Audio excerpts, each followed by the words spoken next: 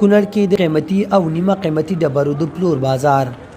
4 کروڑه 4 کروڑه شل لګه 4.5 کروڑه 15 کروڑه دا په ګرانبیه ډبرو دریم ځل بولیده چې ترسره کیږي، خو دا وار پکې د تیرو 2 ورځو څخه زیات د 2.5 میلیونه افغانیو په ارزښت قیمتي کاڼي د آزادې بولۍ له لارې وپلورل شول.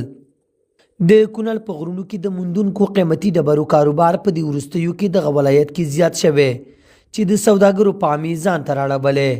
دوی وایي چې حکومت دغه قیمتي ډبرو ته د نړیوال بازار لپاره لار هواره کړي ترڅو سوداګر په ډاډه زړه کاڼي وپیري. مالونه چې کم دلته په کونړ کې یا په زموږ په دې منطقو کې راوځي دا باید خارج ته انتقال شي او لاړ شي آزاد بازار ته وځي. آزاد بازار کې خرڅ شي نو د ولس دپاره د قوم دپاره او د ټول تجارت